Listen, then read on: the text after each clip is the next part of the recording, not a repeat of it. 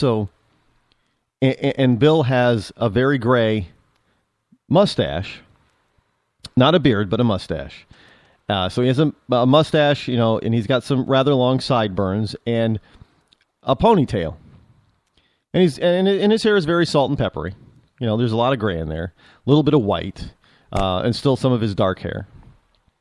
But that gives you a picture of, and Bill is thin. He is thin, so he's not a hypocrite when it comes to eating properly. He is a vegetarian as well, and he thinks that when it comes to meat, that he thinks that we should have taxes on our meat too, so we consume less meat, and thereby, helping preserve the environment, because meat animals take up too much energy and precious resources and pollute the earth too much. So I will give him this. He does not want to ban meat.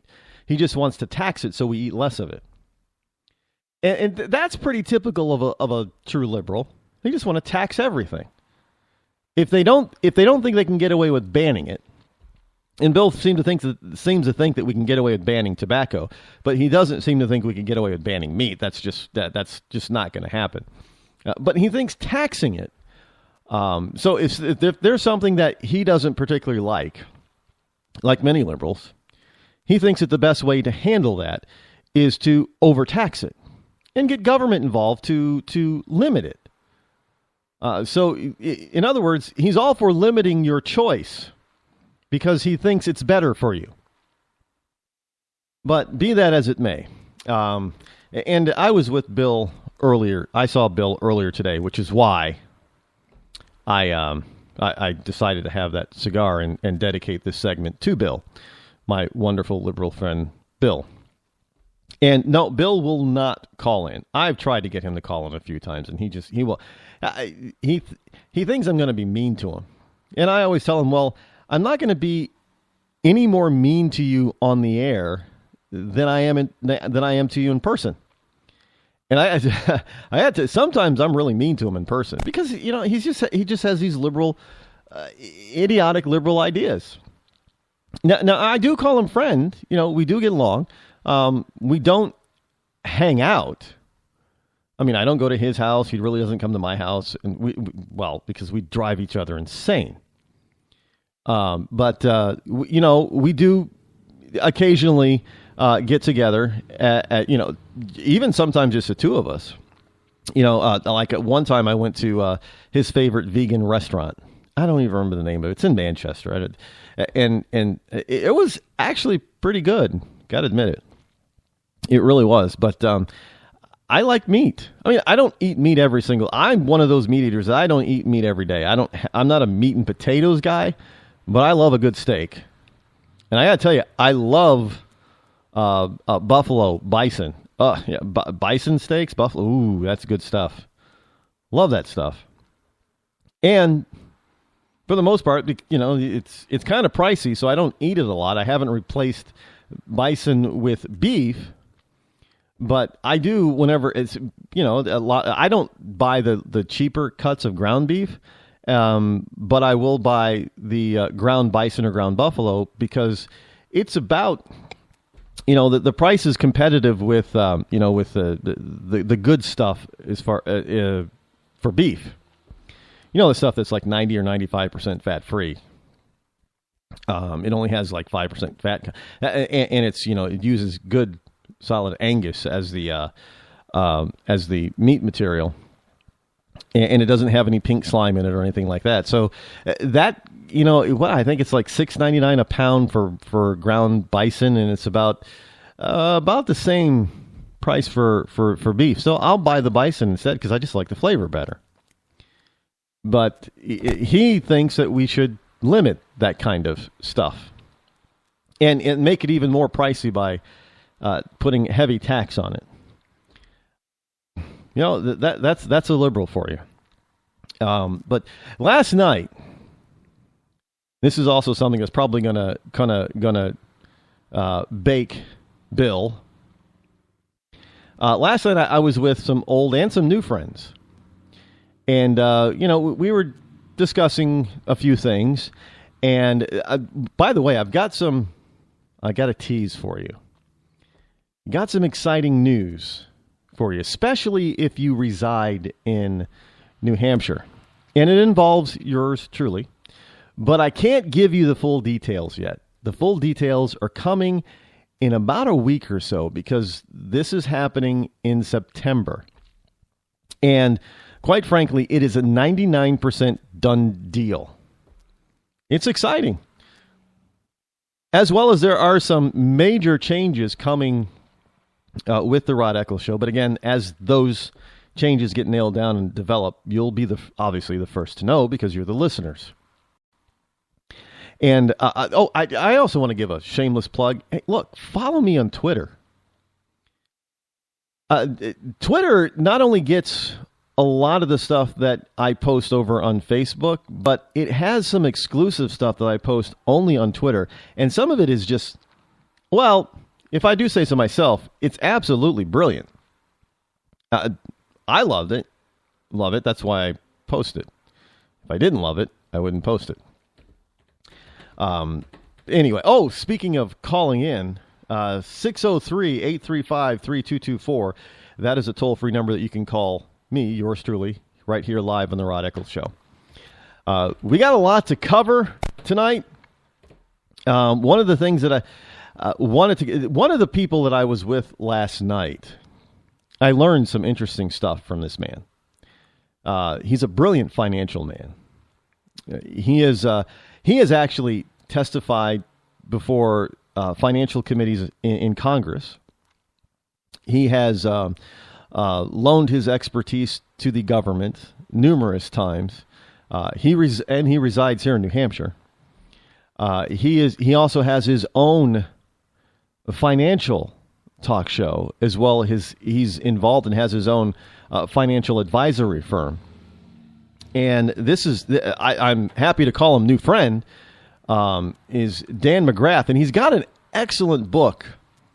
I've been going through this, and it's the title of his book is What You Don't Know About Retirement Will Hurt You. Now, some of the things that I learned from Dan about, and he's very astute on finances, and he puts things a lot like me in historical, logical perspective, which is got to be the reason why we hit it off. He has a logical mind. I have a logical mind. He's heavily into historical fact. I'm heavily into historical fact, and he specializes in financial historical fact.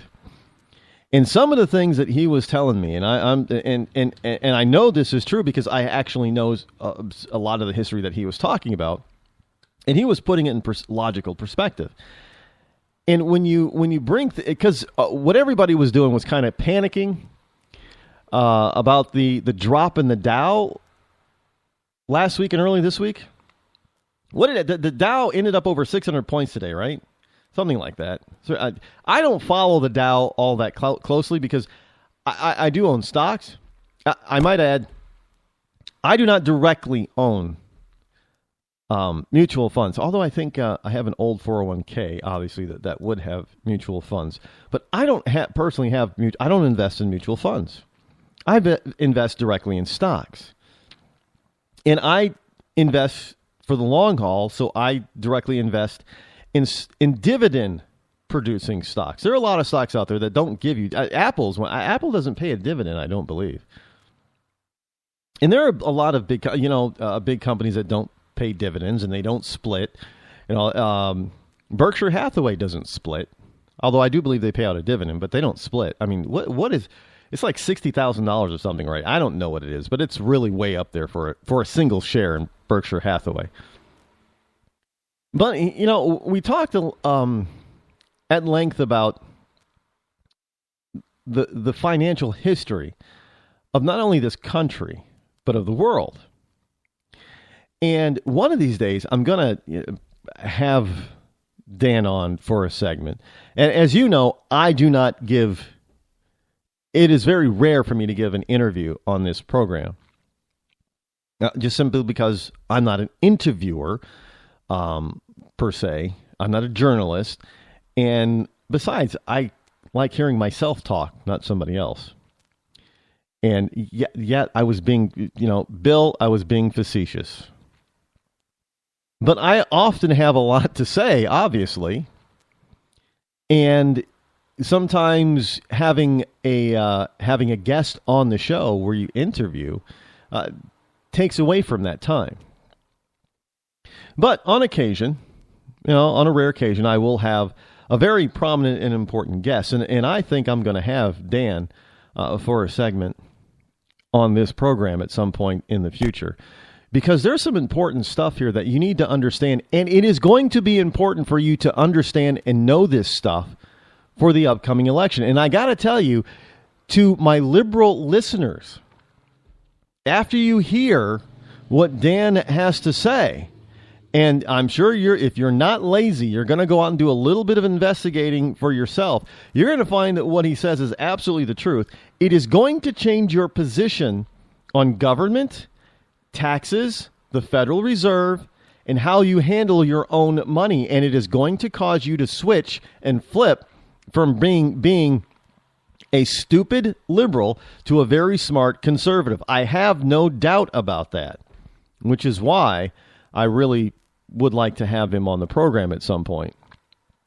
And we'll make that happen because he's becoming a good friend.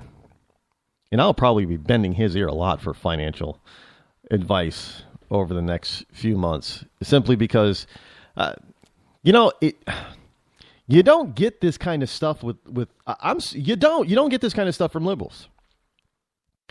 Because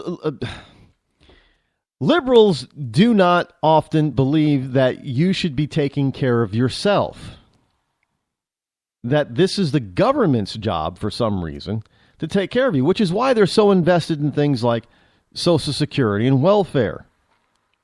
Now, when I say welfare, I mean, payments, whether it be a direct welfare check, public assistance check every month, or if it's Section 8 housing assistance every month, or if it's the SNAP program, food stamps every month, or a combination of any of that stuff. Liberals tend to think that that's what government should be for. And in reality is, actually, if you go back and look at history, government has never been about that. Not until more modern times. Now, stay with me. For a good amount of human history, we have had monarchies as our governing body. Now, yeah, Greece was a notable. Ancient Greece was a notable exception as far as how people were governed. But most 99.9% of our history up until 200 years ago or so was mostly done by a form of monarchy or form of dictatorship. And you can call them what you want. You can call them kings and queens or emperors or potentates or whatever. Shaws, it doesn't matter what you use for the term. It was usually a group of people, a country or city, state, what have you, where the power rested with one or two individuals at the top. We call them monarchies, but they were really dictatorships. And what the king or queen or whatever title you want to give them dictated was going to be the law of the land.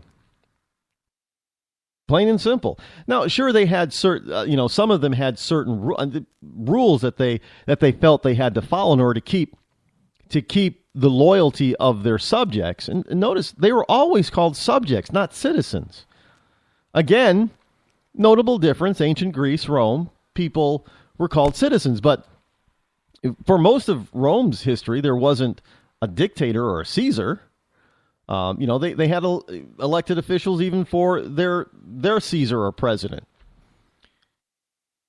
And notice when they went to a dictatorial type of head of state, that's when when they declined and were conquered. and mankind entered the so-called